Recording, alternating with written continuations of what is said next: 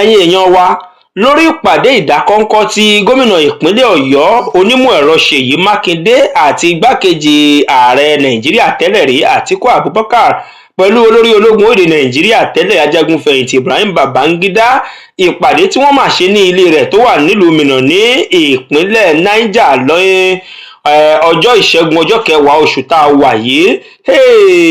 àṣírí ọ̀rọ̀ ọ̀hún ti tú síta báyìí o bó jẹ́ pé ọ̀pọ̀ ènìyàn ló ti ń béèrè wípé kí ni ìpàdé tí mákindé tí ó jẹ́ ọmọ ẹgbẹ́ òṣèlú pdp àti àtíkù ọmọ ẹgbẹ́ òṣèlú pdp kí ni tó ní í ṣe pẹ̀lú ọmọ ẹgbẹ́ òṣèlú adc ìyẹn babangida kí ni nǹkan tó lè dálé lórí ni ìbéèrè tí àwọn ènìyàn ti ń béèrè ṣùgbọ́n wọ̀nyí ni ohun tí a mọ̀ nípa ìpàdé ìdákọ́ńkọ́ tó wáyé láàrin mákindé àtíkù pẹ̀lú babangida o.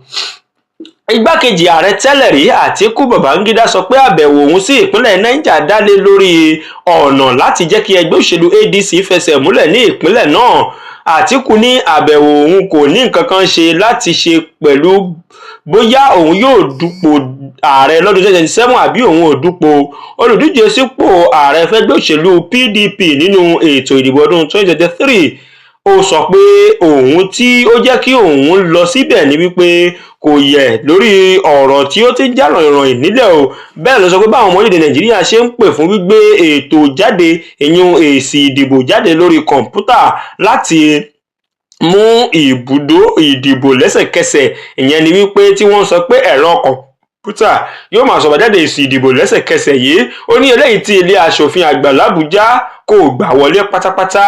àtíkù ní lílo ẹ̀rọ kọ̀ǹpútà láti gba èsì ìbò sórí ayélujára lẹ́sẹ̀kẹsẹ̀ yóò dẹ́kun awuyewuye tó máa ń jẹyọ nínú ètò ìdìbò nàìjíríà ní gbogbo ìgbà o. àtíkù ní gbígbé èsì ìbò sórí ayélujára yóò máa mú àdínkù bá làásìgbò tó máa ń sábà wáyé tó máa ń sábà tún wá ṣẹlẹ̀ lásìkò ètò ìdìbò ní nàìjíríà. ó ní a nílò gbogbo ẹgbẹ́ òṣèlú alátakò láti kàrámọ̀ ọ̀rọ̀ àtúnṣe òfin ètò ìdìbò tí ilé ìgbìmọ̀ asòfin àgbà làbújá kò buwọ́lù dáadáa o.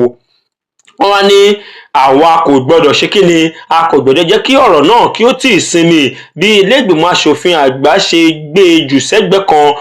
nǹkan táwọn ọmọ nàìjíríà ń béèrè fún kò rújú rárá o. ó ní ohun tí a fẹ́ òun ni pé kí àjọ elétò ìdìbò inec kí wọ́n máa lo ẹ̀rọ kọ̀ǹpútà láti gbé èsì ìbò sórí ìtàkùn ayélujára lẹ́sẹ̀kẹsẹ̀. ohun tí ilé aṣòfin buwọ́lù báyìí ni lílo ẹ̀rọ kọ̀ǹpútà àti fífi ọwọ́ ṣe àkójọpọ̀ èsì ìbò ní nàìjíríà láìsí àní-àní. nǹkan tí ilé ìgbìmọ̀ aṣòfin buwọ́lù yìí yóò dá èdè àìyedè sílẹ̀ o. àtíkù ló sọ bẹ́ẹ̀ o. àtíkù ló sọ ọ́ igbákejì ààrẹ nàìjíríà tẹ́lẹ̀ rí ó wáá ké pe àwọn ẹgbẹ́ òṣèlú yòókù tí wọ́n jẹ́ alátakò wípé ẹ jẹ́ kí àtakò àtúnṣe tí ilé ìgbìmọ̀ asòfin gbà lórí òfin ètò ìdìbò tí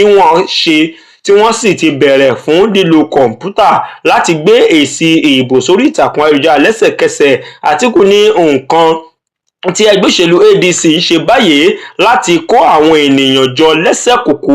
àti láti jẹ́ kí ẹgbẹ́ náà kó fẹsẹ̀ múlẹ̀ dáadáa káàkiri orílẹ̀-èdè nàìjíríà. gómìnà ṣèyí mákindé ti ìpínlẹ̀ ọ̀yọ́ kò bá àwọn oníròyìn sọ nǹkan kan tiẹ̀ o lẹ́yìn ìpàdé náà àgbẹ̀ pé mákindé sì dúró nílé babangida lẹ́yìn tí ìpàdé náà tí ó ti tẹnubẹ́po tí ọ̀gbẹ́ni àtíkù abubakar sì ti ṣe bẹ́ẹ̀ tó ti gba ilé ọ̀dọ̀ tiẹ̀ lọ.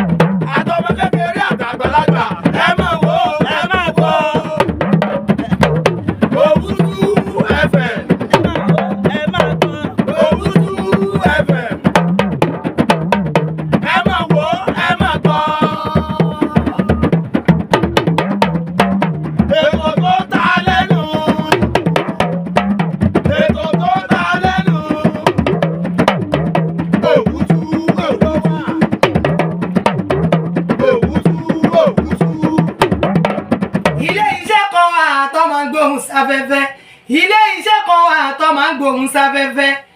Owutu FM Ìkòròdú náà kalẹ̀ sí bẹ́ẹ̀ bá fẹ́ polówó ọjà ẹ lọ bá mi rí wọn ìṣílẹ̀ lẹ fẹ́ ṣe ìpolówó ọjà lẹ fẹ́ ṣe ìyàwó lẹ fẹ́ ṣe ẹ máa lọ sí Owutu àwọn náà ṣe bẹbẹ ẹ lọ gbẹnu sí máìkì lọ́dọ̀ àwọn